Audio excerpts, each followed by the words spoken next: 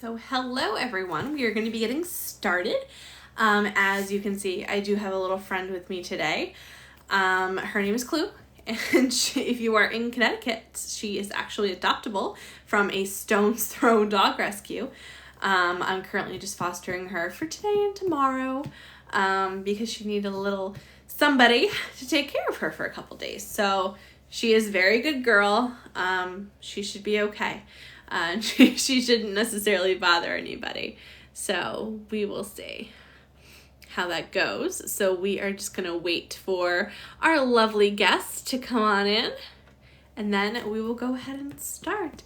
We are going to be chatting with Elvi Blómgren.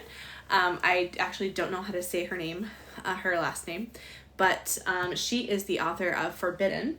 And Forbidden is a book that is coming out next week, and I am so super excited. It's going to be absolutely wonderful, and I'm going to go ahead and invite her now. Sent. Hi. Hi. Hello. All right. So I was actually just trying to pronounce your last name, so can you pronounce it? Yeah, Blómgren. Blómgren. Okay, perfect. So I was just telling everybody a little bit about that we're going to be chatting today and about your book that's coming out. And just, if anybody's in Connecticut and wants to adopt a puppy, then here she is. Here.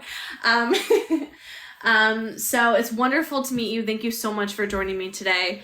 I am so excited to chat about your book. I loved your book, so I love chatting with authors, especially ones who I just love their writing. So let's just jump right into it. Tell me a little bit, Elvi, about what kind of made you want to be an author and how you kind of got started on your author journey.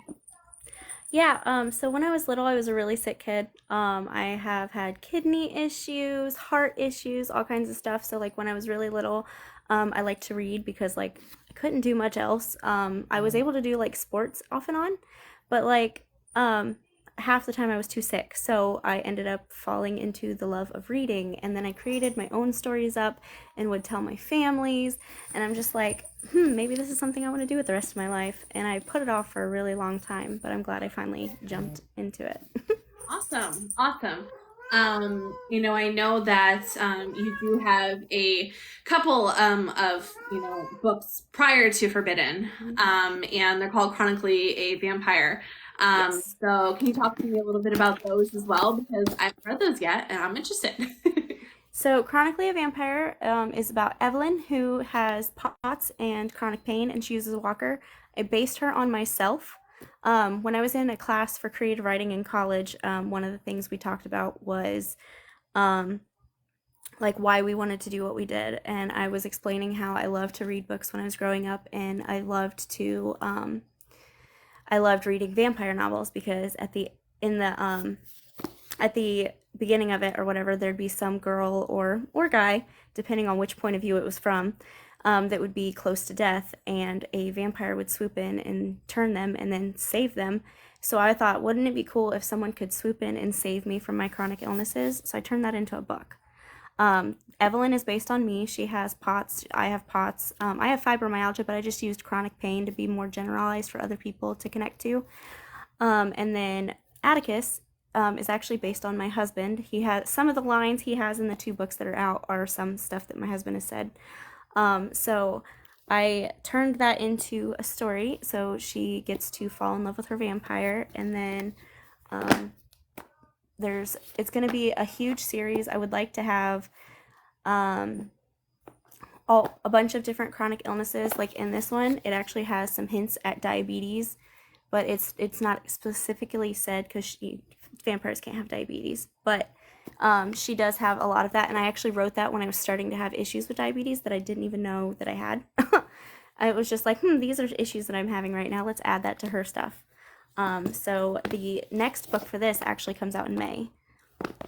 Um, but that was one of my favorite. It's one of my favorite series to write because it's like cozy, sweet, quick reads, but they are. It's my most sold book too. So Awesome. I think it's really cool that you took experience from, what you kind of go through, and like it's basically you rewrote your own story about like this is what like I wish like, and you Hmm. have your husband and, kind of inspiring, your main male character, off of him is really sweet too. That's nice. And it'll be there forever. And in book two, our dog passed away when I was writing this. He passed away last year, about a year ago. It'll be a year ago in February. And I actually made him a character in the book so that he can live on forever. Oh, And I put a picture of him and everything. oh, that's so sweet. Obviously I love dogs, but that's very cute. Awesome. So tell us a little bit about your writing process. So like, do you like write out of order? Do you outline? Do you plan? Like, what does that look like for you?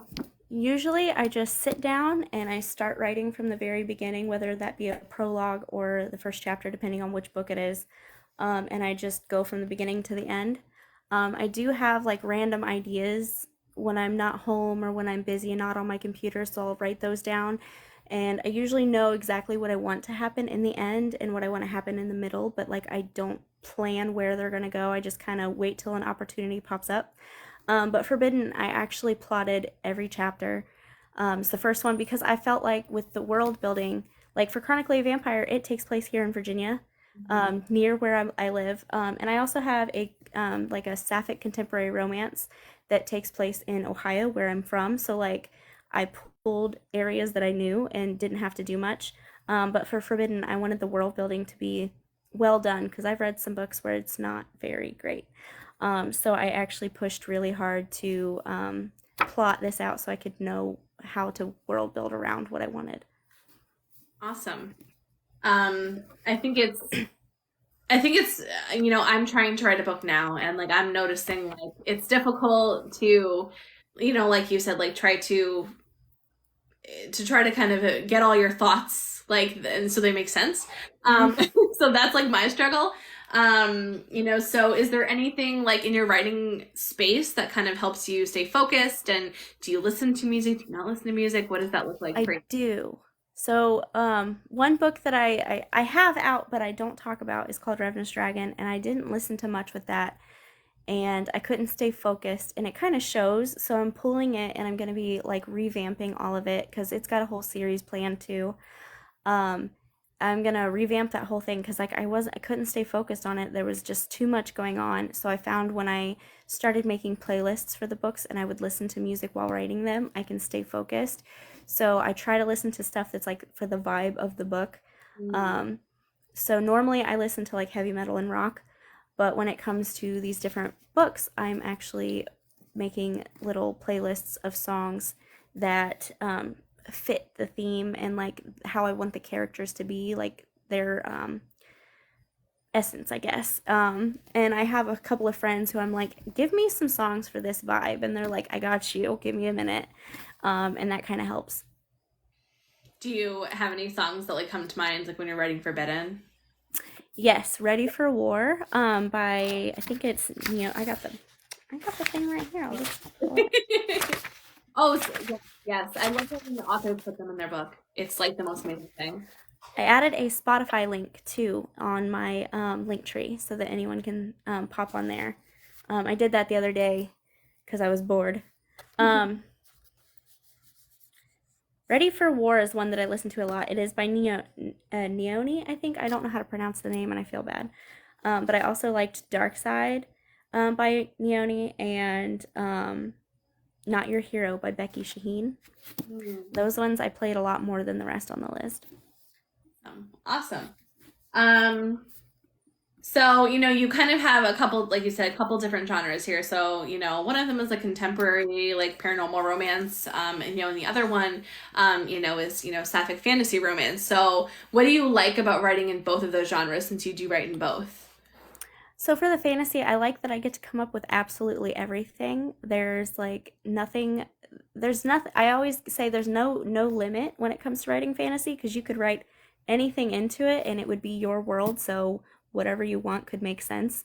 Like there's people out there who write, very spicy magic based on, spicy stuff. And then there's other people who have almost no magic in their fantasy world, but it deals with a bunch of other stuff. So I like, there's no limit to what I can put into the story. So if I think of it, I can put it in there. That's what I really liked. And for my other stuff, like for Chronically a Vampire, I liked that I took a bunch of vampire lore, but also added some of my own little things. But it was easier for me to write with, it's based in Richmond, and they go to Virginia Beach, which is where I live. So I kind of like, that was easier for me. So I'm like, here, let me look up these places that I know I've been to, and I can add them into the story a little bit. So like, for Chronically Immortal, I have like, there's a place here, I can't remember what it's called, but I've got it right here. The, Posnickety Pets. They sell natural based foods and dog treats and all that kind of stuff. I went there. They're right across the street from a tattoo studio that I got one of my tattoos at, and I went across the street there while I was waiting for my time and bought a bunch of stuff for my dogs. So I really liked all the stuff in there, so I added them to my book because there's like a big dog adoption event in that book. So I like that for that series, like I can just pull random places that are around me and I can put those into there too. But I can also build my own stuff on top of it because it's not just like you and me going to a place and falling in love with somebody. It's like there's vampires there, so it's going to be different. So I just like, I have one book that has no magic, nothing. It's just regular contemporary sapphic romance. And it's just like, I kind of prefer the magic to the rest of the stuff because it's easier for me. I can do what I want with it. I like how you mentioned, how like when it's your fantasy world, like you can make it whatever you want and like any rules and anything that you kind of want. So like that's what I love about reading the most is that, I can kind of like escape from my life. Like that's what I want to do. Like sometimes I do, read contemporary and such, but sometimes I just want to like escape like into a world. And like I feel like the world building like is like my number one like amazing like part of Forbidden because I just loved the world building and I just fell in love with the main characters and just everything about them. So like I liked that I was able to like kind of like escape and like be in their world for a while. So it's really cool.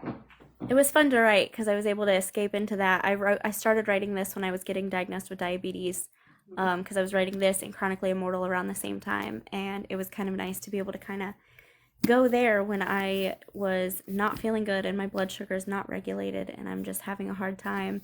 My kids would go to bed and I'd be like, let me escape to Zaglacia and just hang out there for a bit. And what is your kryptonite as a writer? What would you say that is for you? Staying on task. Mm-hmm. I have 3 dogs, 3 cats, 2 6-year-olds who are about to be 7 who have special needs. So between that, my husband, when he's home, although he usually doesn't bother me, he'll play his video games, but I'll look up and watch him playing a game, and then 30 minutes later, I'll look down and be like, oh, oops. Anything. Or TikTok pops up or someone sends me a message and I'm like, hey girl, and then I forget what I'm doing. And staying on task, that's the biggest hard thing for me. That and sometimes my pacing, but I usually get it figured out because I know someone had commented, a couple of people, on the pacing at the beginning of the book, and then they were like, oh, they're 19, so they're gonna be a little faster in the beginning until they start to grow. And that's what I kind of wanted to show, was the impulsive 19-year-olds, because I remember when I was 19 and I was not as, I was really impulsive and dumb. Oh, who isn't? Yeah, right? That's how you learn. So like that's also like a really cool element, is that like you were able to show that, and you were able to kind of show the progression, character development. Like what is the site? I think it's Storygraph. Like when you review on Storygraph, it asks like how like fast is the plot, and like is the book like mainly like character or plot driven, and like all those kind of questions. So like those were super easy to answer for Forbidden because they came out and they made sense. So everybody, thank you so much for joining. Just want to say hello. Thank you for the likes and sharing. We're here talking with Elvi Blómgren, and we are talking about now her new release that is coming out next week, which is called Forbidden, which is a sapphic romance with magic and vampires and werewolves and all that cool stuff. So we're just going to jump right into that. So if you had to describe your book in 10 words or less, how would you describe it? I wrote some down. Hold on. I love it. I was like messaging one of my friends, and I was like, help me come up with some ideas because, like, I know it's got sapphic stuff. That's one thing you could put into it. Adventurous. It has drama in it and romance, spice. Um, it can be inspiring for some because they have to like you just have to. I don't know how to put that, but like you realize you have to kind of grow up and do things that you never thought you'd have to do, like she does in this. Just what was the other one I was gonna say? I didn't write that one down. Well, Forbidden, the title, Forbidden Love, and there's I like to call some of the other elements. I can't say too much without spoiling things. Things that were forbidden in the world, if that makes sense. Yeah, yeah. What about like a one-line elevator pitch? What would that be? I've always been bad at those. While you think about it, the dog is currently chewing on a frame. So while you think go ahead. Grab her, we can do that, ma'am. That's not good. It's not tasty. All right. So one-line elevator pitch for Forbidden. What would that be? Vampire princess goes against her daddy's wishes and decides to run off with the alpha wolf's daughter, and they go on an adventure and find things they weren't expecting to find and fall in love and kick ass. I like the last part. I'm glad you put that in there. Who is your favorite character to write if you had to pick one, and why were they your favorite? I think Reika, and that's mostly because like I loved Lil Laura. I loved a lot like writing her stuff too. But Reika I was able to connect with a lot because like I put in the book, she's basically an apothecary. Does all that kind of stuff. She's amazing with those herbs, and that's what I did for a living after my kids were born. I did that for a long time. I still do that, but it's mostly family and friends. So I liked writing her and being able to kind of put a little bit of myself into her. And that's super interesting. That's super cool. So I identify kind of in that world. Like, I mean, I suppose you could say that a witch, but depends how you would describe it. So like I'm totally into, like herbs and, making little spell jars for my friends and family and, those sort of things. So it's really cool. Yeah, before I started writing, I did tarot readings. I mean, I still do dragon rune readings, runic readings. So like I've done all that kind of stuff. And so, I mean, that kind of leads to a question at the end. So, like, what are some of your hobbies or interests outside of writing? All of what I just mentioned, going to the beach, all kinds of fun stuff. Being in nature, mostly, a lot. And being with my kids, anywhere we go. What was the most challenging part of writing Forbidden for you? The world building. Mm-hmm. Having to come up with my own place. I was taking my iPad and sketching out kind of how I wanted the world to look. So my printed out map is all the way over there, but I do have it on here. I wanted it to, so I don't know if anyone made the connection in like my Discord that has read it so far. But I don't know if you'll be able to see it. Oh yeah.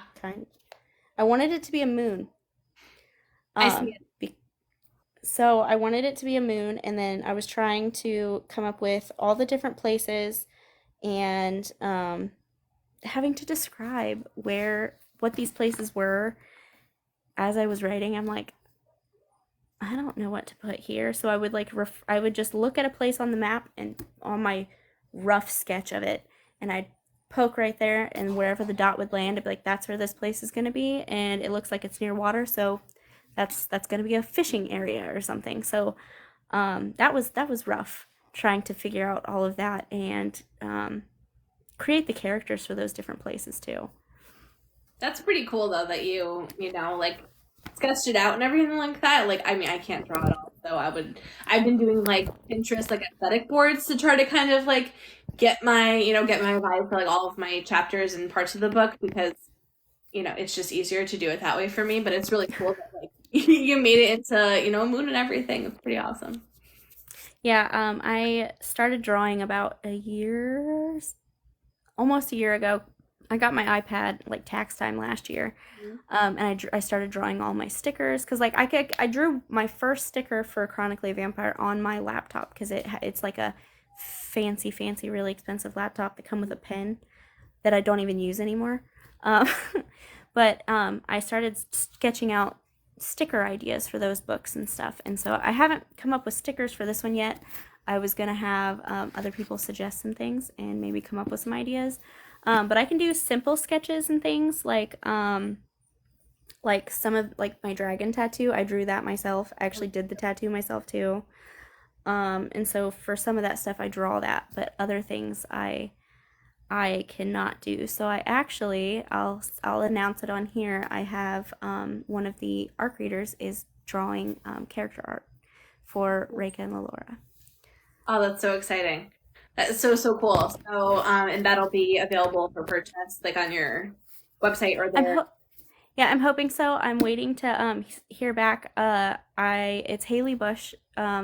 She goes by I don't even remember the name. It's like a long name, but I will tag her in the Discord and stuff. And I'll tag her obviously when the art's done. I sent her everything yesterday.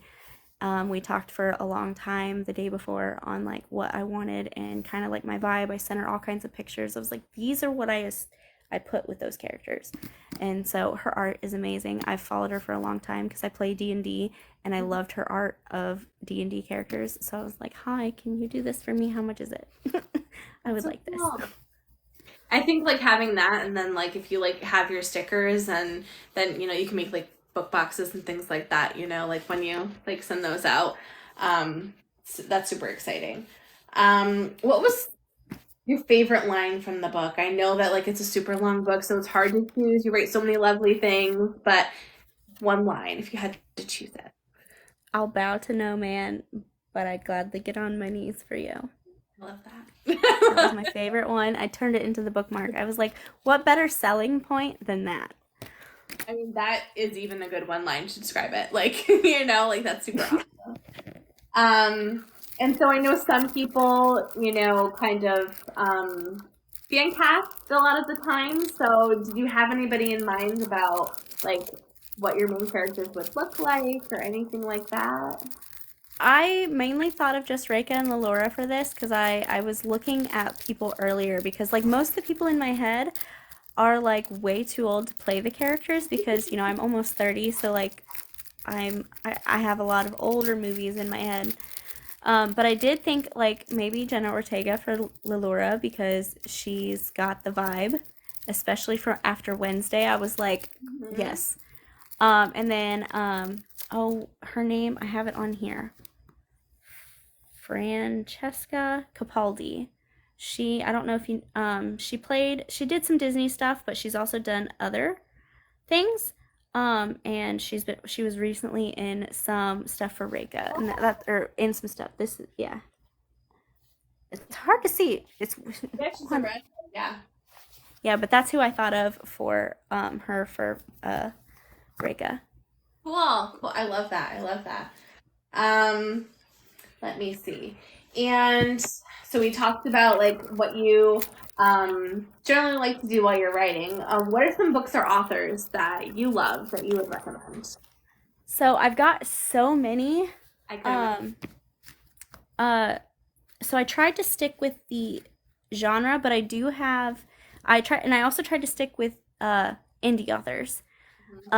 So I do have a video on my page from New Year's Eve, I think it was, that I posted and talked about all of my favorite indie authors from the year. So it includes all the genres. So like my friend Belle has a book that's on there. I edited that one. But those don't fit in. Not all of them fit in the genre. So I tried to pick some like fantasy and books. So one of them is from Zachary Jeffries. He has Angel of Fate, and the next one, Witches of Fate, I think it's titled. He changed the title recently. I think it comes out next month. It's really good. This one is basically the main character is inherited a mystery pair of scissors, and basically finds out that she's, I don't know how to describe it, like part of the fates. So it's really good. So there's some mythology. Yeah, it's got a lot of mythology in it, and that's one of my favorite things. I plan to get my master's in folklore and mythology, so like that's big in my heart. And Z.S. Diamante, we've talked. Him and I have talked a lot. He has the Stone and Sky series. Book 2 is coming out soon. This is actually the Preludes collection. He has these actually each one available for free on his website, but they have each. All the little stuff that comes in the signed copies is flying out at me. Each character that you'll find in Stone and Sky has their own little backstory that he turned into a little book. So, really good. I love these. It's just epic fantasy. So, a lot of that. My friend Griffin wrote the Arrowed series. It started on a Twilight fanfiction where she did not like Jacob with Renesmee. So she turned it into her own, where he found an age-appropriate significant other. And then it turned into its own world. It's a dude ranch full of Irish dudes that are in this wolf pack. And they're instead of like what they called, I'm blanking, what they called imprinting in Twilight, it's called Arrowed. And Sophia, I think is her name, but she goes by Sophia. She goes by Sophie, I think, though.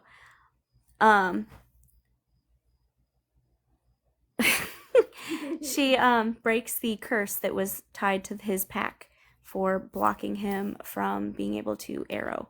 And there's just so much. I loved this book so much. It's dual POV too, so you get to hear from both of them. And there's 4 books out so far. There's another one coming out that's like a spin-off a little bit. And then there's a book 5, which will tie this whole series together. But there's more than just vampires. There's witches. There's vampires, witches, and wolves. All kinds of stuff. Really good book. Really good series. I read the whole series. They're all 4 books. They're on KU. And I read them in like 2 or 3 days. And I keep messaging her like, hey, when's the next one? And she also came out with a fantasy called Love at First Glance, which is like a cozy fantasy, which is really good too. I just don't have a physical copy. I got a couple more here. I love this. Willow Wisteria, the Bloodsinger trilogy. That's to read like literally this week. So good. Willow and I used to go live together all the time. I talk to her every so often. I actually read the second book in the series, Blood Queen. And Blood Origins came out, I think, yesterday or 2 days ago, something like that. Very good series. She does make her books with a bigger font, so it's easier for people to read. I love that. And she's such a sweet person in her books. Spice, morally gray characters, just really good.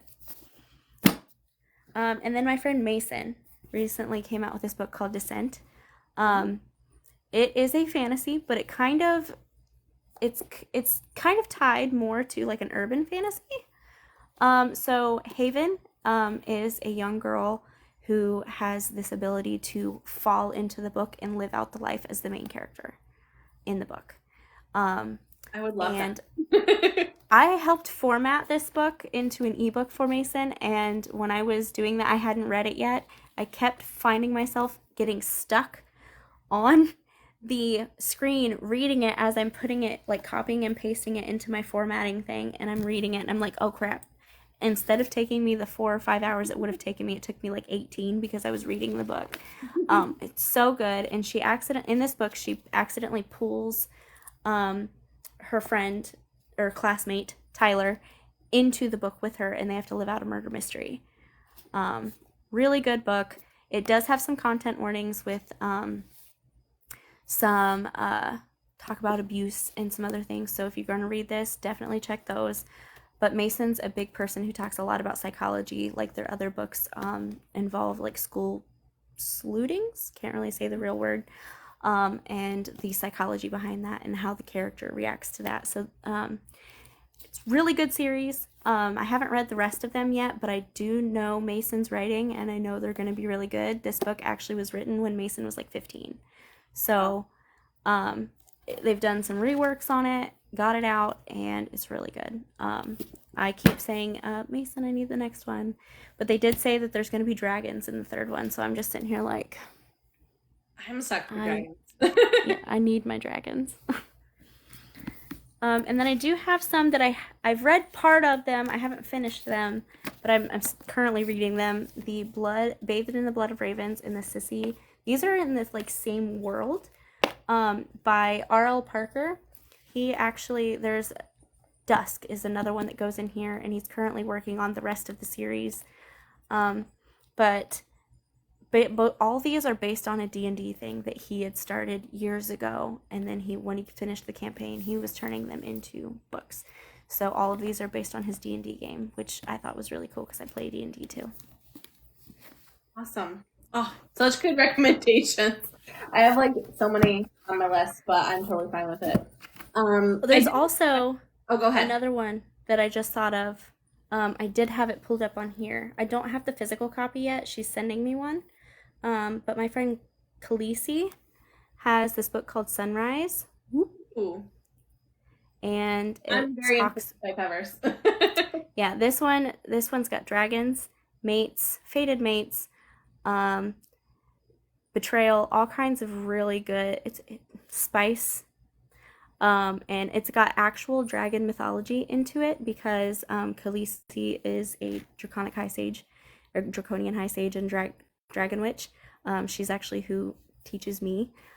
So we both try to put some of that actual like dragon witch stuff into the dragons in our stories too. So her books, she's working on, she has another one coming out that's like a but it's under a different pen name, but it's a mafia romance, which is really it's a really dark one, but it's really good. And from what I've read, I'll be editing it, and I've read some of it, but she's like, I'm not sending you all of it until it's done, and I'm like, but I need it, please. But then the second one of that series will come out too, and I'm really excited for those. Okay, now I'm done with those. Well, you actually kind of led into my next question I was going to ask. Like, talk to me about editing. Like, what is that experience like? Like, being, like, coming from, like, being an author, but, you know, also, you know, like, knowing that, like, everybody has their different style and things like that. Like, talk to me about editing. That sounds super cool. So I love it and I hate it sometimes. There are like so a lot of my friends have come to me for a lot of editing because I've been to college for creative writing and all of these things. And I was actually going to work for an editor or be an editor for my cousin who he did like journalism stuff. And he has one book out, and his next one his wife finished after he passed away. Recently, but he was a college professor, and he was actually one of the first people to tell me because that my writing was good and that I needed to pursue it because I don't talk about it much online. I don't like to talk much about except online on TikTok, on my personal Facebook page with no ties to my Elvi stuff. I talk about my kids. They were born at 24 weeks. And my daughter has cerebral palsy, and my son's autistic, and he has chronic lung disease. My daughter has epilepsy, so I've talked a lot and blogged a lot on there. And he come to me after one time when someone was telling me that they're just normal kids, and I'm like, no, they're not. These are all the struggles that we go through. Imagine going and having your kids and wanting to be able to hold them, but having to wait a week before you could even touch them. And then imagine having to be so careful so you don't break your kid's back when you're moving them, when you're changing their diaper. Like, things are way different. And I made like a whole big thing about it online, and he had come to me and he was like, he was like, your writing is so good, you need to do this. And I was like, well, I never pursued it because grandma and grandpa told me I couldn't. They said it's not a real thing. So I went into teaching, and then I went into nursing, and I hated that, and I went into animal nursing, loved it, but got pregnant and couldn't finish. So like, I never finished what I wanted to do. So he pushed me into the writing. And then when we talked and talked and talked, he was like, I would like to have you come work with me. He worked as a professor at a university, as well as doing journalism. And he was like, I'd like to have you maybe not edit my things, but some other people's stuff. And I was going to do that. And then he ended up passing away. He had cancer as a child. And that's kind of what his book is about. His first book that came out is about that, and his experiences with that. And the type of radiation and chemo that he got ended up causing a tumor in his brain that he didn't know he had, and then he had a seizure while he was driving with his wife. And when they got safely to the hospital, found out he had surgery, had it removed, everything was great, and then just randomly he passed. So I wasn't going to go into editing after that, but then I was like, you know what, he would want me to. So I started offering services to all of my friends. And the first book that I really edited was that Sunrise book from Khaleesi. I read through it and I was like, I want to edit this. I want to do this. I want to do these things for you. And I've edited about 16 different books so far, and I just love it. It's hard because I have to think of the other, like you said, there's different voices in those stories. So I have to like think of it from their perspective and not my own, which kind of makes it hard sometimes. But at the same time, it also gives me help to understand how their writing is and be able to help them come up with if there's something that might be clunky, maybe let's try something like this. So I kind of get to feel inside their brain a little bit when I'm doing their stuff, and I think that's really cool too. Cool. And so, like I said, as myself, like I'm trying to, kind of go about writing a book. And so what is some advice that you would share to an aspiring author or yourself when you were younger? For one, just do it, just write, because I put it off for so long and I regret doing it. I could have had all these stories out years ago. But also, don't push yourself. If you feel like you're getting overwhelmed, take a step back, take a few minutes, breathe, get a snack, take a couple days if you need to. Don't push yourself to write because you'll skip through things and write too fast, and things might get rushed and it won't be the way that you want it to be. But also make sure that you go back and take a look at things and go through it multiple times, because sometimes you think something's quite ready and then you send it off to an editor and then they make you cry because there's just too much that you need to go through and fix again. So just know that the editor has your whole heart in their hand and they're trying to make sure that they don't hurt it, but they are there to help. So make sure that you have things as polished as if you would be sending it to another reader before you send it to somebody else. That's really good advice. So I think that's all of my questions. If anybody has any questions, please feel free to either request to join the live, and we'd love to kind of have you and just chat with you, or you can ask in the comments if you're not comfortable. I am going to be uploading this to my YouTube, which I just made a booktube, and my thought is that I will take that you can actually save the lives like after they're done and upload them. And then I'm also gonna, just because there's just not enough, Mondays is a good day for me, and just because there's not enough Mondays in the whole year, I'm gonna be doing interviews with authors other than that as well, and just uploading those separately. So just to kind of have a place, and I ended up branding it into a name, and I'm calling it Literarily Indie. And I wanted to be literally indie, and I was like, no, and then I Googled it, and literarily is actually a word, and it means having, and I didn't know that. So I thought that it would work. So, I'm going to be announcing that tomorrow as well. That, I do have a brand for that, but I want to keep Read with Tay because I don't know. I just kind of like it. And I like to go by Tay, but my full name is obviously Taylor, but I just like going by Tay. So, um, is there anything else, Elvi, that you want to say just about your book or anything that I haven't asked that you think would be important, like for readers to know or anything like that? I can talk about what I posted videos about in the Discord, the endings, the stuff I put at the end of the books. Aside from having the playlist that I have in there, I do have that section in all of every single book that I've written. I put this in there. People, places, and things. It describes each character, who they are, how to pronounce their name if it's hard to pronounce. And I do actually plan on recording a video other than the one that I posted from Christmas because I was exhausted when I did that one. I'm going to take videos and actually post on TikTok about how to pronounce all the names, but there's all the different pronunciations, who the people are, because like sometimes you read a book and there's this little side character and then 15 chapters later that little person comes back and you're like, who the heck is that? So I put that information in there. And then I do the same thing for places.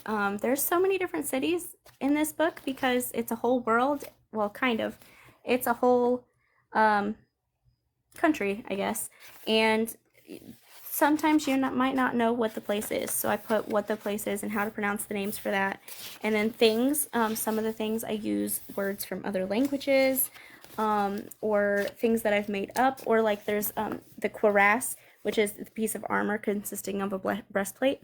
I list that in here because not everybody's going to know what a cuirass is. Mm-hmm. Although I didn't know what that was until I asked George, the person from my Discord. I was like, what is this thing called? What do I do with it? Please help. But I also put I can't give away too much of it, but there's describes of different types of the people in there. I was just watching. Yeah. He just laughed. But I was like, yeah, help me with this. So like I like to list all that in there because it's stuff that I would like as a reader in the back of books. I know some fantasy authors put like how to pronounce names in the back, but not everyone. So I put that in there because I like that. I have it in all of my books, and I've had so many people message me like, that is the best thing I've ever seen in my life. Thank you so much. I love it.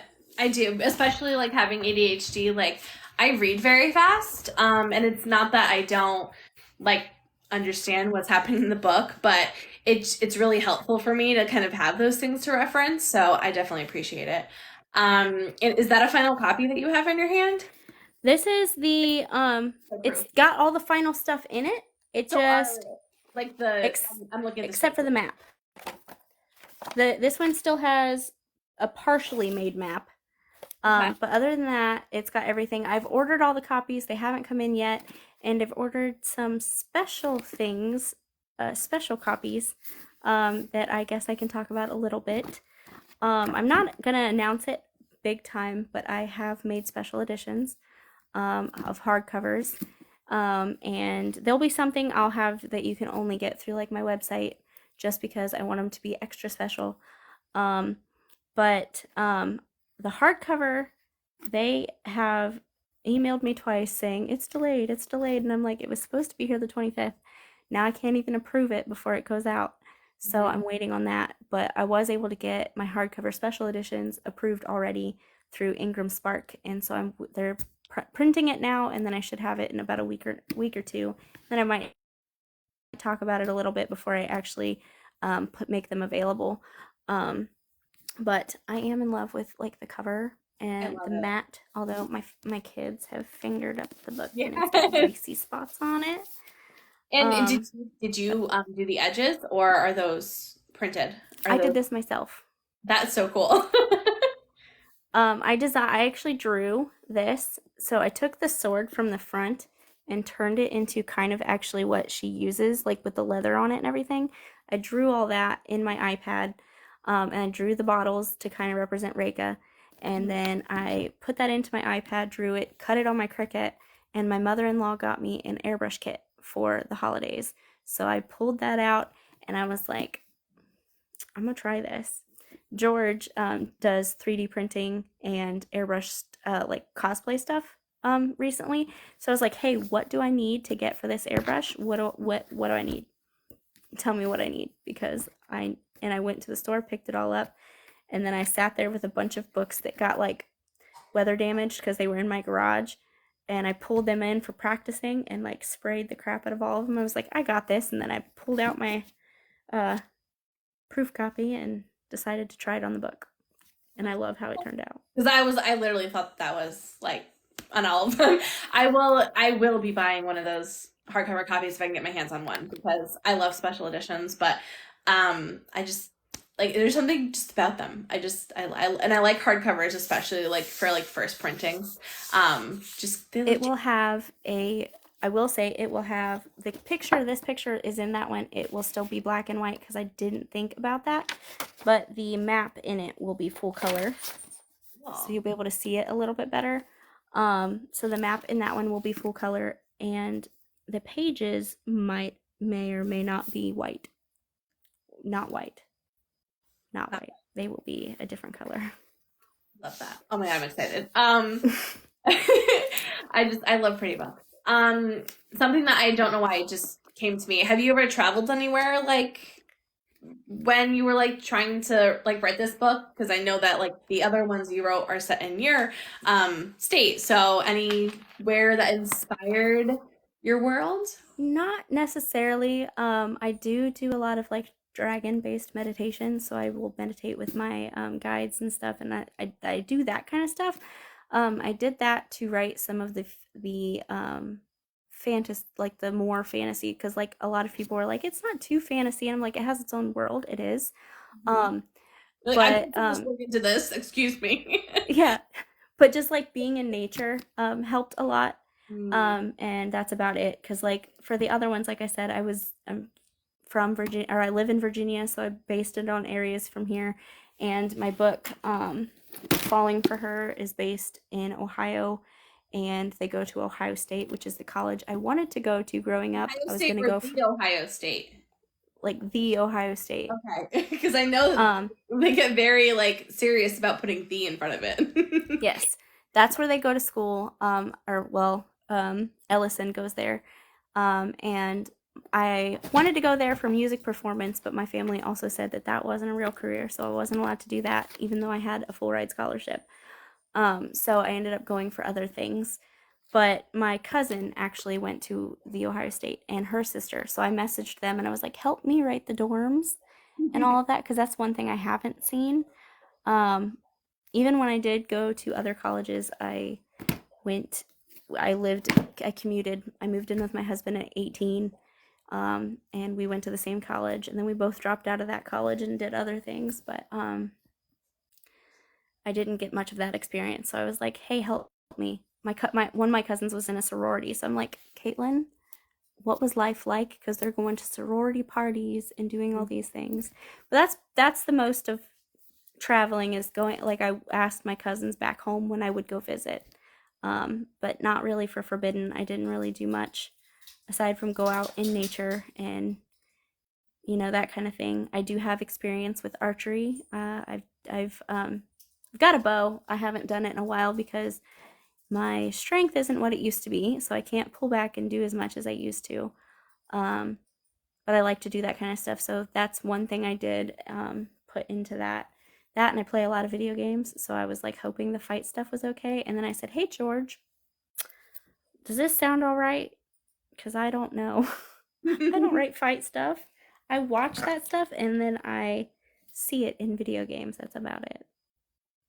Well, I thought it was well done. I also don't do that. So, and my husband plays sports games. Do you know the part? Have you ever seen Step Brothers? Mm-hmm. And so when they're like, "Did we just become best friends?" Like, yeah. I literally like talking with you. I was just like, "Oh my god! Like, this girl's so cool. Like, she is literally like someone I would want to be friends with. Like I love her. I'm always down for new friends. I really wanted to. I love Williamsburg. Like, I just fell in love with the history, and like I love that area. And I really wanted to go to William and Mary, but unfortunately, it was just too expensive. But I love Virginia. Like, that was like the first place that I wanted to move. And I'm a therapist by day, so you need to have like a different like tests and stuff to move there, so it just didn't work out because I didn't want to take 2 tests because I'm not good at them. I'm much more creative. Me either. I do more creative things, but like, don't give me multiple choice tests. That's torture. Yeah, me either. I hate that. So, we've been talking for like almost an hour. Does anybody have any questions who's left watching? I know I have a couple people on here that I recognize. I know Elfie, I recognize her, and Christy, and Risa. So there's definitely a lot of lovely people who came and joined us today. So if you guys have any questions, please let us know. I trying to think about I have ADHD, so I'm trying to think about Same. other things and other questions. I know I sent you like a lot of questions and I tried to like go off of them. I'm trying to think. Is there anything else that maybe I didn't ask or anything that you can kind of Well, I can talk about some of the stuff that I do have. I have signed copies available for pre-order on my Etsy. And they were supposed to be here today, but they're not, and I'm grumpy about it. But I ordered postcards with the map on it, and then on the back it'll have my logo with my name, and there will be a QR code that sends you to my link tree so you can find all my stuff. But I wanted something that I could put in the books that I could sign along with the book. And I actually kind of stole that idea from my friend ZSD Amani because his signed copies came with a postcard where he had a QR code on the back and did that. I didn't remember this part, but I did remember him leaving notes, and I wanted to be able to have a way to leave somebody a note and not writing it in the book. Yeah. So that it doesn't get tarnished somewhere. Yeah. That way, and if I left like a personal little note or something, it would be different than putting that right in the book. No, totally, Christy. Like I just said to her, like I'm totally a sucker for special edition. That's an idea for a question. So I know you said that the next Chronically the Vampire is like coming out maybe in May. Do you have anything else planned as far that you can talk about as far as like fantasy and things like that? Because I mean, I think you just did wonderful with this, and I would hate like this to be the only fantasy book that other than editing. Definitely. Greatest Dragon. So, Chronically a Vampire, I actually do have a novella coming out too. It's planned for March, but it's one that I'm gonna have where you don't have to read it to read the series. In book 2, I don't want to give too much away, but there is a character who's severely abused. So I'm going to kind of go through some of her story in a little novella with all the triggering stuff so that if you don't want to read that, you don't have to. You can skip. It's going to take place at the end of this one, at the beginning of the next one. Book 3 will be called Chronically Eternal. And the cover, if I can pull it up where everyone will be able to see it, I haven't showed it to anyone, so this will be like a little exclusive that everyone gets to see. I've got it on my iPad. I know I do because I've been sending it to all my friends. Like, look at this. So in book 2, the characters get engaged, and that's one thing that's not much of a spoiler. It was bound to happen. And in book 3, they're gonna have their wedding. Crown. I'm sorry, like that's literally what I like want to do first. And this is actually based on our wedding picture. Oh, I love that. My husband before the Navy had really long red hair. So I wanted to. I didn't even realize that that's what I gave the person. I was like, this is what I want. And it turned out to be just like our wedding picture. That is so cute. I love that. And I have a special edition of that planned where once those 3, so what I'm doing is taking the main characters from this and doing like little trilogies, but it's still going to have all of the, so the next 3 will be another set of characters in the book. But in June, I'll be having, once all these books are out and people have had chances to read them, and if they want them, I'll have like all of the books in one big printed book that you can get. So a full set of all 3 of them in one thing. So I do have that plan to come out not long later after that. And the second book of Forbidden, I'm hoping to have done by the end of the year. I've plotted some of it. Not all of it. I've still got to write, but I write really fast, so I can get through a lot of that a lot faster. Um, and I do plan to have that come out as well. Um, what else was there? I do, so for that series too, I guess I can talk about a little bit. Um, for book 2, it'll be called Hunted, which anyone who's read it knows that that kind of fits at what's going on at that point. But this is not going to be just Zaglacia. It's going to be a shared world with other continents having other creatures. So this one's got vampires, wolves, fae, dragons, that kind of stuff. I'm also working on a Dark Little Mermaid retelling that will be set in another place in the same world as Zaglacia, but just a different continent.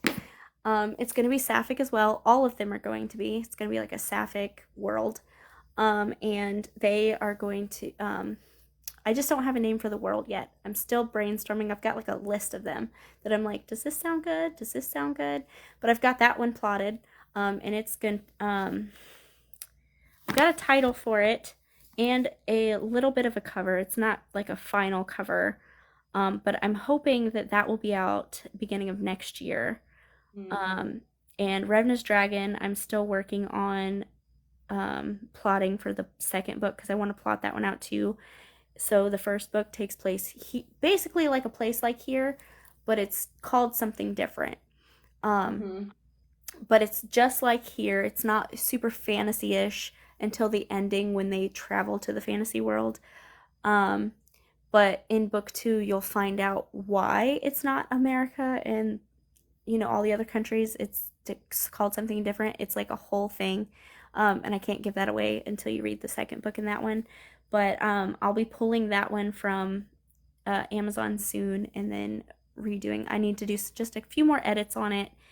And I created new covers for them. I don't even have the book over here. It's all the way over there because it's not one that I'm not super proud of it. I wish I was. It was like the first book that came out that I've done. But it is, it's still a big part in my heart. It's sapphic too. All of my books will be, aside from my Chronically a Vampire series, although that one does have a lot of representation. George. So it does have the representation for like the chronic illness, but there's also a non-binary character, and they're gonna go into that character dating this gay wolf that's in the series. So I'm hoping to have a lot of that kind of representation. So a lot of people ask me a lot why I always write that type of stuff, and I'm like, because if I was not with my husband, I would be with a woman. I don't like men, never have. I've always been a lesbian until I met my husband, and he was the only one that I've ever liked. That's why the dedication in the book is this is for all the gay women who fell in love with one man and married the golden retriever gamer boyfriend, because I did too. I like that. And so for Randon's Dragon, should I wait until like you like re-release it? I'd wait because we're gonna add a map to it. And that's it. So like I really like the idea of releasing all 3 like in a huge book, because that just is just so much easier. All of these are on KU. This one will be, and these are all on KU too. So if you want to read them there before committing to buying copies, that's what I tell people. If you want to read it for free, do that, and then you can commit to buying a copy, and then that way it supports. I get paid both ways. Yeah. But for Revna's Dragon, I don't have it on there. It's still wide everywhere. I haven't pulled it yet, but I'll be doing that soon. We're going to be adding a map to it, changing the cover, doing some re-edits because there were some things that it could have used a little bit more work with. And I might even do just a small group of betas to go through it and see if they catch anything, because I've sent it to George. He does a lot of my developmental editing. And I've sent it to a few other people, and I'm like, hey, help me make this better because I want it to be good. The main character in there is plus sized. And I was like, I gotta write a character that's big like me. I was like, she's got to be big and she's got to be gay because it's got to be kind of like me a little bit because I put a little sprinkle of me in all of my characters. So I want her to thrive. I want that series to do amazing, but it needs a little bit of work done. Um, Mhm. I'm hoping to have the second book and the rework of that one published on the same day once I get it all um, figured out. But I did find my mermaid one. It'll be called A Oh Song of my Sirens God. and Sorrows. Oh my God. I love retellings, but especially fairy tale. If you can't tell, I love Disney. Um, so I love retellings of any kind, and I love mythology. Like those are like my top two things. But I've been reading a lot of like vampiric romance like lately. I don't know, it's just like coming back, and like I'm here for it because I did love Twilight. I was obsessed with Same. them. But like, so it's just like I'm reliving like 2008 right now, and I'm just here for it because this is the I life that I would when I didn't have any responsibilities that I just got to read and enjoy. Yes. That's how I felt reading the Arrowed series by Griffin Murphy. I was like sucked into it and I'm like, this is so good. I feel like I'm reading Twilight again. And she wrote that one, I believe she said when she was like 16, and put that out. Um, and I messaged her. I was like, I love this. I need more of this. And I found her before because she was talking about her cozy fantasy, but then I started seeing videos about this series that she'd already had a few books out of. And I had talked with her a little bit about it, and she had just lost her job and started posting more on Book Talk, and gaining a lot of traction on there with her series. And I was like, "You're doing amazing!" And I sent her a copy of Chronically a Vampire, and I was like, "What do you think?" And she's like, "I need more." And then she actually, on her honeymoon, read book two, and she was like, "Love it, need more." So like we exchange, getting to share that with somebody was really cool. Um, but I love the retellings. I love all of that too. That's why like so I'm gonna have so the mermaid one is instead of her falling for Eric, she's gonna fall for the sea witch. Um, right? like like chef's kiss, like Perfect. I want it to be sapphic. I want it to be a little spicy, maybe not as spicy as Forbidden. A little bit of spice because I personally do not know how to write spice between mermaids. I've read some and they're quite a little awkward. So I'm I, thinking about it now. right? Unless they somehow go on land and get legs, I don't know how to Get do it. legs. And if it's with the sea witch, like if you're going like with the whole like Ursula thing, like she has, Tentacles. okay, she has tentacles. So I'm gonna think on that one a bit. I'll probably ask around to some other people. I do know there's all kinds of. Can you imagine your husband finding your research? Okay. Oh, that's a good question. Has there ever been like I know like authors say all the time they're like I had to Google like how to like you know unalive this person and like what happens with the body. Like, have you ever like Googled something really weird that like you'd never want anyone to see? Yeah. So some of it was easy. So for like I never actually put it into the story, but one of the things I was going to do for Revenant's Dragon, she turns into a dragon and her mate is a dragon. So it does have fated mates. I was going to add spice in there, but then I was like, how would dragons do that? And then I'm just like, in my head, I'm like, duh, kind of like a dog, I think. But then I was like, they're two women. So I make all their stuff. It's pretty fade to black, but I make it all when they're in human form. But for Mhm. some other things so for Chronically a Vampire, I did a lot of stuff that was like how much blood is in the human body, how Mhm. much how do you get blood stains out of these things? My husband's like, "What are you looking into?" And I was like, "Nicholas, they're vampires. What do you expect me to look Right. into?" So it wasn't really weird, but I have done some weird searches for people whose books I've edited. Okay. Because I'm like, does this actually sound right? Or let me look. But Khaleesi, she also goes by XL or Axel, Axel. Trying to get it right. She's Dragon Witch Main down there. Okay. She, hers is that Sunrise book that I showed off a little bit ago, and thankfully she does a lot of that research herself. So she's like, I know that this works. This is what I did, and she'll send me her research as she's writing. She says, "How does this sound?" And I'm like, "Do it." And she says that she thinks that her husband thinks she's going to be put on an FBI watch list. I I can see always it. wonder like what my FBI like thinks about me. I know that's so weird, but to answer your question, a retelling slash mythological story based on a fantasy land of reincarnation. That sounds like a complete yes for me. Is Sunrise. that that's the book that you were just talking about? So that's a yes, and that will be on my list. Um, so yeah, so I mean, I really, really appreciate you taking the time to talk with me today. I really, really enjoyed talking with you and just learning, more about you. Oh, look, they can meet each other virtually. I told Look, you. it's I a told you one puppy. of them would show up.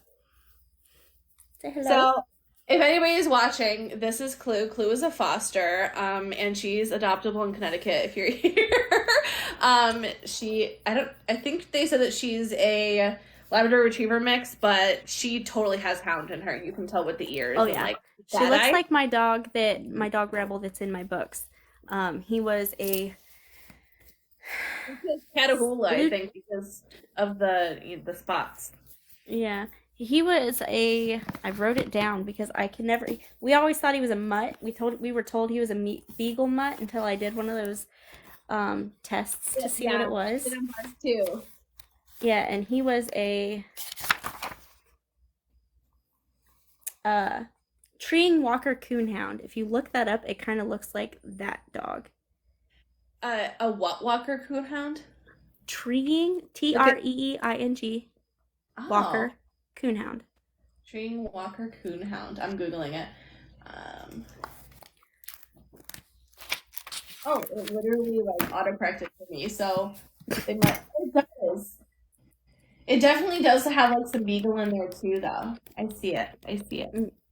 That's how Um, that's how we found out what he was, and I was like, "You are a what? I've never heard of this dog." I never even heard of you. And also, I love dark mafia romance, which I know, like, I didn't even know what dark romance was until I joined Book Talk. And then, yes, I did read Haunting Adeline, and my husband was playing this video game, and I was just like staring at it, and I was like, why do I like this? I was like, why is this exciting for me? And so now I've definitely read a lot. The only dark like romance, like darker book that I couldn't read were two books. And it was Credence by Penelope Douglas. I just couldn't do it. And then because it has one of my trigger warnings in it, and I was like, nope, I can't do that one. And then Credence, Corrupt by Penelope Douglas. So maybe she's just not my thing, but I'm pretty good like with most dark romances. I read one. What was it? I just read it too, and it was a sapphic one. Ooh, I need to write this down. Oh my god! Well, let me look at my Goodreads because it was based on mythology, of course. So let's see. I'm so glad that I have this here. I am literally nuts. I have read 95 books this month already. Oh my god, I I wish I'm crazy. Something's wrong with me. I've been struggling reading. I've been reading the Throne of Glass series, because I read the ACOTAR one, and I was like, I'll read Throne of Glass, and I got through the first few books, and now I'm tandem reading the two books. I can't remember the titles. Yeah. So House of No, Earth I'm and Blood. I'm tandem reading the Throne of Glass. There's two books in them that you can tandem read together because they take place at the same time. It had to be a novella. So These right? are these are the actual. I've got the list on my iPad.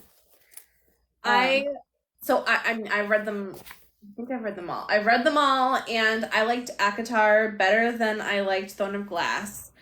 And Empire of Storms and Tower of Dawn take place at the okay, exact same time. okay, So I'm tandem reading them. I've got like the tandem reading list. yeah. Um, and it's dragging because it's making two like 600-page books be really long. Yeah.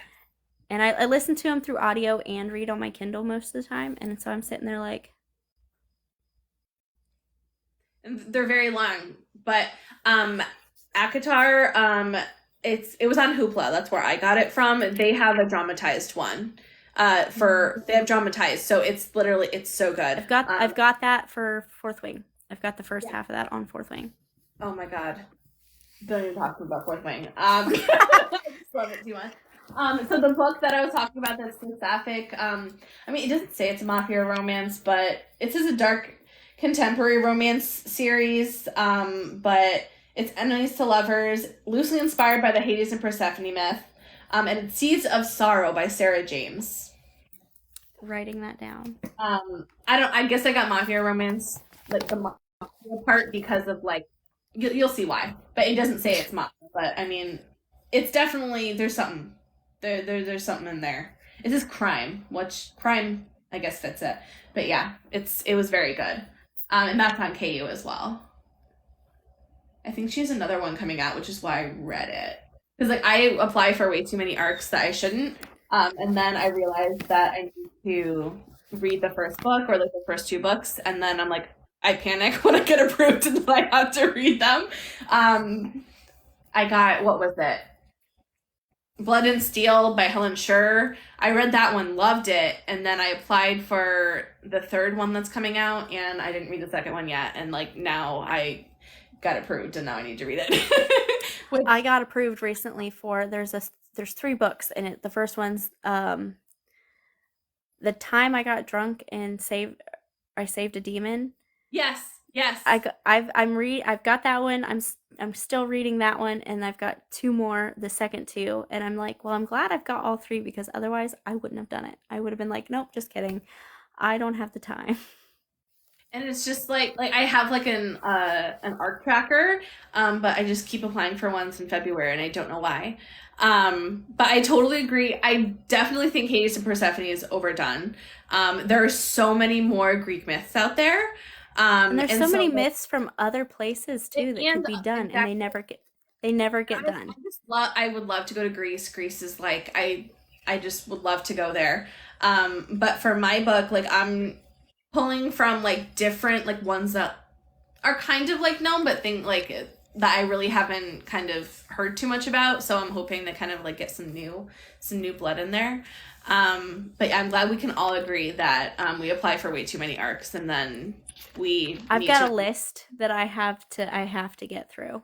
I have to get through them. After I'm done with Throne of Glass, I'm gonna finish all of those. The Absinthe Underground is a sapphic cozy fantasy that comes out next month, I believe. And I got the arc for that, and I've been sitting on it for a while, and I'm like I've wanted to read this book since I saw the first video about it. I need to Mhm. just do it, but I want to get through Throne of Glass because I have the first 2 Crescent Cities, and the next one comes out, so I'm like I want to read those too. There's And just so much. I liked those. They're her first adult books, right? Because the other two are young adult. Um, they're very long, and so when you showed me like the thing in the back of your book, I found it on Facebook, and I'm gonna share it on my Instagram because I saved it. It's like a recap of like all the characters, all of the places, all of the important like magical items, like all that kind of Perfect. stuff. So I'm gonna repost that. I saved it. So I'm definitely gonna read about that. But my friend is loves Sarah J. Maas, and so she's like obsessed with her. So she's making me go to the midnight release for Crescent City 3. So I had to read the second one, and I did. And I'm like, all right, well, like if I'm staying up until midnight to buy it, then I might as well read it then. Like read like I don't know what I'm gonna do next Tuesday. Like I have work, but I'm just gonna have to just sit there and like read the whole I thing just because got the audiobooks for like I was able to get the ebook and audiobook for both the first 2 for like you are under lucky. $30 for all of those. Yeah. So I'm just gonna, We've had some sales. yeah, I don't know how I found, I think I saw a TikTok video and someone said it and I was like running to Audible and I was I like, love that's not accurate. And then I was like, well, you have to have the ebook and then you get it cheaper. But I did it. that anyway. I was like, I want to read them. I'll do it that way. I like to listen to the audiobook because while I'm reading because it helps drown out all the other stuff I've got going on and I have at least two of my senses going at the same time. So that makes it easier because I feel like I get distracted when I'm just reading regular books. I'll be like sitting here reading and I'm like, because I hear something and I'm like, what's You're that? distracted. Yep. I listen, I have AirPods and I have AirPod Maxes, so like whenever I'm listening, at work I use my obviously my little AirPods, but like usually I would wear it during this, but no one's home, so no one's gonna distract me. But I love them because they're like the sound canceling ones, and I literally can hear nothing, and it's great. I've just got these little, I don't know, from Amazon. I Love is the brand. Um, I got this because they matched my phone case and my iPad case. I love That's forest. it. I'm a sucker for that color. It's my favorite. Like my laptop bag is that color too. I have a couple of bags that color, but I've been using a Bulbasaur Pokemon bag that I got for the holidays. I love that. Well, thank you so much, so much for joining me. I really, truly, like, ever since I joined Book Talk, like, I'm, so glad that I've been able to meet wonderful authors like you and discover your books that I probably would have never seen if I didn't, join because I was totally into mainstream. And, like, now I can't, other than that last book by the House of Sky and Breath, I haven't read a mainstream book in like 3 months because I'm just not interested anymore. Like, your book and other indie authors are just so wonderful and honestly write a lot better than like the mainstream people because they're overhyped. I feel like it's not just the mainstream authors, but the editors that are in those are pushing Yeah. for them to be like everybody else's books. Whereas for indie people, we can change the way that all of them are different. We have our own things, and a lot of the big, publishers don't think that that'll work. Whereas we're all showing that it can. Yeah. So that's like I was told I was going to go into like regular publishing with Chronically a Vampire, and they told me nobody wanted to read a chronically ill character. They didn't want to read a character that needed a walker and a cane. I was like, but I use those things, Right. and I would like to read a character like me, so I just did it. I love that. I love that. So never give up and follow your dreams. That's the moral of the story here. So Yes. thank you all for watching. I really appreciate you, and we'll be back next Monday with another author. But do not forget that Forbidden comes out next week, and you can pre-order your copies now, and get it delivered to your Kindle. Or Amazon usually does same-day releases, so maybe Usually, and then I do have signed copies available on my Etsy for pre-order if anyone's up for that. It just might take a couple weeks because Amazon takes a while to send me things. So we love that. But we're all slaves to the Zon. Yep. Well, you have a wonderful rest of your night. And like I said, thank you You too. everyone for joining. And we'll talk soon. Bye. Yeah. Bye.